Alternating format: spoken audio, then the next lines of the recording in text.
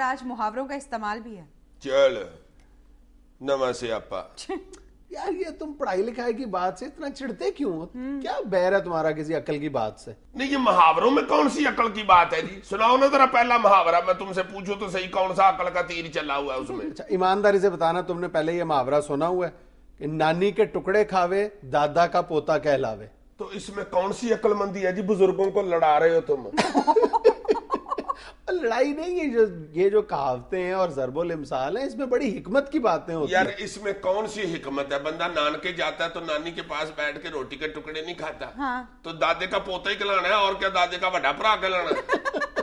बेवकूफ, इसका मतलब होता है कि फायदा कहीं और से हासिल करना, लेकिन उसके बदले में उसके एवज फायदा किसी दूसरे को पहुंचाना, सर्विस किसी और को देना, मुआवजा एक जगह से हासिल करना, फायदा एक जगह से हासिल करना। ये हिकमत नहीं तुम्हें नजर आती?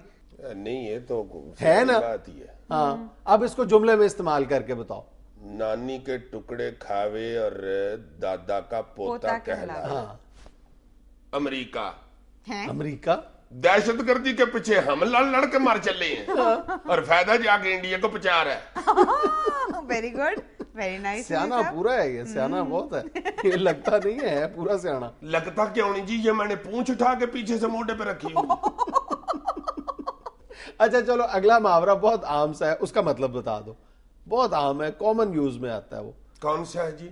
ना नौमन तेल होगा ना राधा नाचेगी। यार किस किस्म के फौज से मुहावरे लेके आ गए? इसमें क्या फौज है? इन्हीं वजूहात पे मैं थिएटर से दौड़ा हुआ हूं, वो फिर मुहावरे के जरिए मेरे पीछे पड़ गया। ना नौमन तेल होगा ना राधा नाचेगी। ये कौन सी राधा है जी जो तेल पे नाचती है? जितनी महंगाई हो गई है, राधा को सीएनजी पे क्यों नहीं करवाते हैं? 9 मन तेल से तो राधा पेशावर से कराची तक नाचती जाएगी। तुम क्यों इतना लंबा नचवाना चाहते हो राधा को?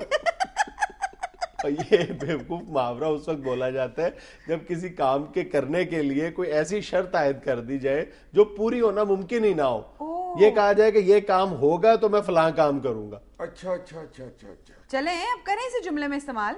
अच्छा, ना नौमन तेल होगा ना राधा नाचेगी जी। हाँ, ये जो राजा परवेज अशरफ ने कहा है ना कि लोड शेडिंग एक ही तरीके से खत्म हो सकती है। हाँ। लोग बिजली ना इस्तेमाल करें। इसका मतलब ये है कि ना नौमन तेल होगा ना राधा परवेज अशरफ नाचेगी। अच्छा, अगला मुहावरा भी बहुत ही आसान है, उसका मतलब बता दो। कहता हर दफा आसानी है, बीच में से पता नहीं क्या क्या निकाल ले। नहीं, ये वाकई बहुत आसान है। क्या मुहावरा है जी? ये मुंह और मसूर की दाल। ये मुंह और मसूर की दाल। ये मुंह और मसूर की दाल। तू मुंह और मसूर की दाल। बड़ा मुंह और मसूर की दाल। एनकू मुंह और मसूर की दाल, चने की दाल, माश की दाल, लोबिया। यार मतलब बताओ क्या? यार तुम मुहावरा बता, तुम तो आगे से मुझे लड़ने लग गए हो। मेरी तरफ क्यों कह रहे हो ये मुंह और मसूर की दाल? मुहावरा बता रहे हैं। अच्छा मतलब बताओ। हद हो गई है तुम्हारे वाली यार। अच्छा चलो मतलब बताओ। मैं नहीं पढ़ता पढ़ता रहने दो। मैं लड़ा की ठीक हूँ, मैं जाली डिग्री ले लूंगा। ये तो छोटे छोटे थे, क्या उस वक्त से सुन रहे हैं ये मुंह और मसूर की दाल? इसका कौन सा मुश्किल मतलब है? अच्छा चलो मतलब तो पता है तुम्हें, लेकिन ये बताओ कि ये बना कैसे था मुहावरा? नहीं पता ना? मैं नहीं था उस वक्त जब बन रहा था, तो मैं क्या करूं? पता नहीं कब का बना हुआ है। मैंने तो ये जब पता पैदा हुआ था तो उसी वक्त ही सुन लिया था। ये उस वक्त का मुहावरा है जब महाराजा रंजीत सिंह का दौर था, तो उसकी एक महारानी थी, जिंदा उसका नाम था। उसके लिए एक खास तौर पे जो मुगल दौर का एक बावर्ची था उसको बुलवाया गया था। तो उसने सिर्फ 2 पैसे की मसूर की दाल और उसमें 75 रुपए के जो मसाला जात, बहुत बेशकीमत कीमती मसाला जात उसमें शामिल करके, बहुत उसमें अरक, जाफरान, पता नहीं क्या क्या डाला था। उसने 75 रुपए खर्च किए उस दाल पर, और इस कदर लजीज दाल बनाई थी उसने मसूर की कि उस महारानी को उस दाल की आदत पड़ गई थी। जब ये फिर हफ्ते बाद ये बिल जब रंजीत सिंह के यहाँ पेश हुआ तो उसने उसको बहुत डांटा कि इतनी महंगी दाल पका रहे हो, और वो नाराज होके चला गया। अच्छा। उसके बाद जो महारानी को आदत थी उस दाल के खाने की, फिर उसके बाद इसी बावर्ची को तलाश उसकी शुरू की गई, तो इसको कसूर के करीब से पकड़ के लाया गया और उसने उसको दोबारा ये फरमाइश की गई कि तुम दोबारा ये दाल बना के दो हमें। अच्छा। हम महारानी तो कुछ और खा नहीं रही, तो उसने गुस्से में कहा था कि ये मुंह और मसूर की दाल, यानी महारानी या रंजीत सिंह ये मसूर की दाल इतनी जबरदस्त जो है वो खाने के काबिल ही नहीं है। अच्छा अच्छा अच्छा हाँ। अच्छा, ये मुगलिया मुहावरा है। मुगलिया मुहावरा है। इंटरेस्टिंग, वेरी यार हम इंटरेस्टिंग। इसको इजी लेते हैं। अब चलो इस मुहावरे को इस्तेमाल करो जुमले में। सच्चा जुमला सुना दूं, हंसोगे तो नहीं? नहीं, सुनाओ सच्चा जुमला। किसी को सुनाना ना। ठीक। अजीजी एक दफा काउंसलर का इलेक्शन लड़ने के लिए कागजात जमा करवाने के लिए गया तो रिटर्निंग अफसर ने कागजात पे रिमार्क्स लिखे, ये मुंह और मसूर की दाल। यार अब हंसो तो ना, अगर सुना ही बैठा। चलो अगली जरबुल मिसल का मतलब बताओ। देखो कुदरत के खेल, छछूंदर मले चंबेली का तेल। लो एक और तेल आ गया। ये छछूंदर को कौन सी खुशकी हुई हुई है, ये सिकरी पड़ गई है जी, वो तेल मलती फिर रही है। यार मतलब बताया करो। छछूंदर मले तेल हाथ दोगे यार, तुम तो बिल्कुल ही मुझे बेवकूफ समझ रहे।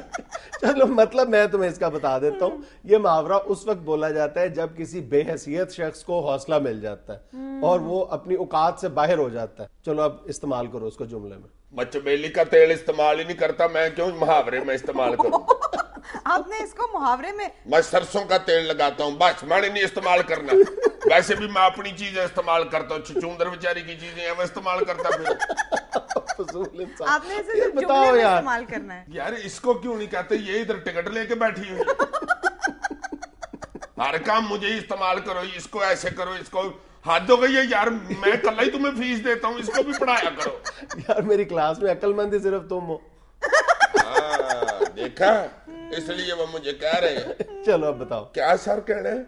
इसको जुमले में इस्तेमाल करना है। कौन सो को? ये छछूंदर वाले मुहावरे को। मैंने जुमले में नहीं इस्तेमाल करना, मैं ये मुहावरा दुरुस्त कर देता हूँ। मैं मुहावरों का मिस्त्री भी हुआ हूँ। असल मुहावरा ये है, क्या? ये देखो कुदरत के खेल, मले मस्ती खेल चंबेली का तेल। नाज़रीन ये हम लेते हैं एक छोटी सी ब्रेक, हमारे साथ रहिएगा। मास्टर साहब मेरी फीस वापस कर दे, मैंने नहीं कल से पढ़ना।